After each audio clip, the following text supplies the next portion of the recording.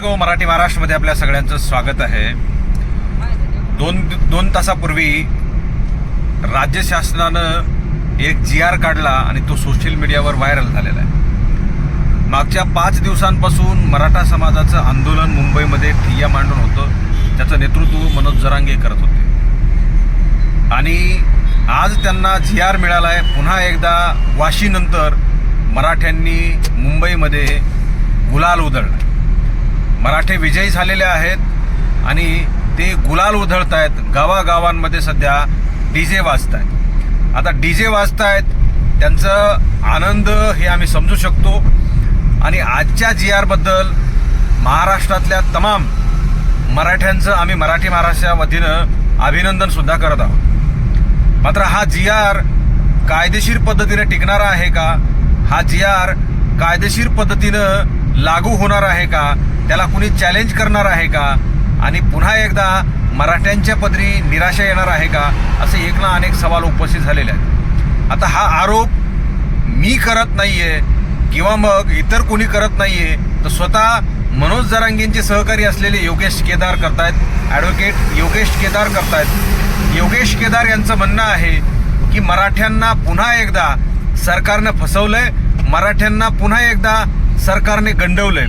मनोज जरांगे यांना सुद्धा घेराव घालून त्यांची दिशाभूल केली, अशा प्रकारचं स्टेटमेंट, खळबळजनक स्टेटमेंट योगेश केदार यांनी दिलेलं आहे आणि त्यांचं म्हणणं आहे की पुन्हा एकदा मराठ्यांना गंडवण्यात आलेलं आहे आणि सरकारनं वेळ मारून नेलेली आहे। आम्ही पुन्हा एकदा लढा उभा केला पाहिजे। मनोज जरांगेंसारखं नेतृत्व आम्हाला मिळालेलं आहे, त्यांना जपलं पाहिजे। त्यांची तब्येत खालावली होती, आजचं ठीक आहे, मात्र सरकारने आपल्याला फसवलंय, अशा प्रकारचा जे काही स्टेटमेंट आहे ते योगेश केदार यांनी दिले। त्यामुळे पुन्हा एकदा संभ्रम निर्माण झालेला आहे, प्रश्नचिन्ह निर्माण झालेला आहे। योगेश केदार यांचं नेमकं म्हणणं काय आहे हे सोशल मीडियाच्या माध्यमातून सध्या व्हायरल होतंय। तो व्हिडिओ आपण एकदा पाहूयात आणि योगेश केदार यांचं नेमकं म्हणणं काय आहे हे आपण एकदा पाहूयात। त्याला काही मिळालंय हे बघा, मनोज दादांच्या सारख्या प्रामाणिक नेतृत्वानं मला तो GR तपासून घ्यायची जबाबदारी दिली होती। काय याच्यात बघा, काय उणिवा असतील तर सांगा। आणि तिथंच आम्ही तपासलो, त्याच्या शब्दांमध्ये बऱ्याचपैकी पद्धतीने फेरफार केला गेलेला आहे, त्याच्यामध्ये कन्फ्युजन ठेवलं गेलेलं आहे, जेणेकरून येणाऱ्या हजारो मराठ्यांना, येणाऱ्या अनेक पिढ्यांना त्याचा त्रास होणार आहे। मनोज दादांना अनेक वकिलांनी घेरले आणि त्यांना मिसगाईड केलेलं आहे। माझं असं स्पष्ट म्हणणं आहे की सरकारनं आपल्याला फसवलेलं आहे। मनोज दादांनी अजूनही संयम बाळगावा। आम्ही त्यांच्या नेतृत्वात लढायला आजही तयार आहोत, ते आमच्यासाठी दैवत आहे।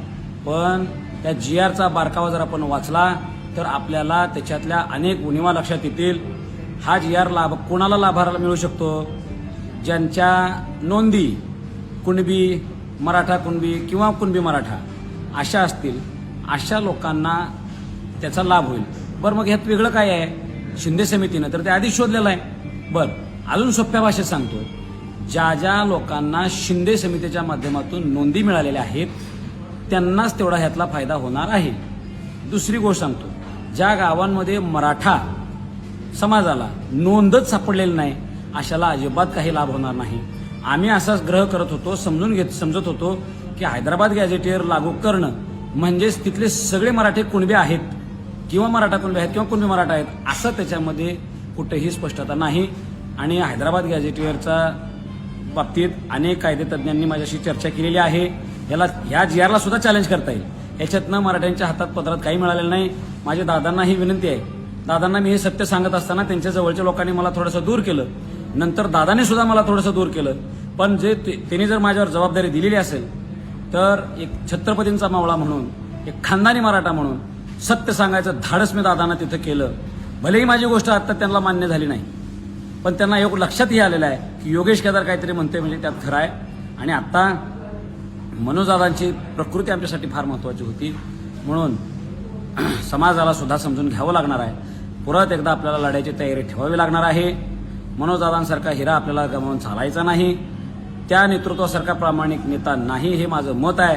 फक्त त्यांना काही लोक मिसगाईड करतात आणि शेकडो आत्महत्या झालेल्या, शेकडो लोकांच्या केलेल्या त्यागातून करोडो रुपये खर्च करून आत्ता जे काय आम्ही मुंबईला दाबलं होतं, सरकार घाबरलं होतं, न्यायालय सुद्धा घाबरलं होतं, अशा स्थितीत आम्हाला सगळ्या ज्याचा ज्याचा मराठा शब्द आहे त्याला दाखला देण्याची संधी होती. ती संधी सरकारनं आमच्याकडनं हिरावून घेतली.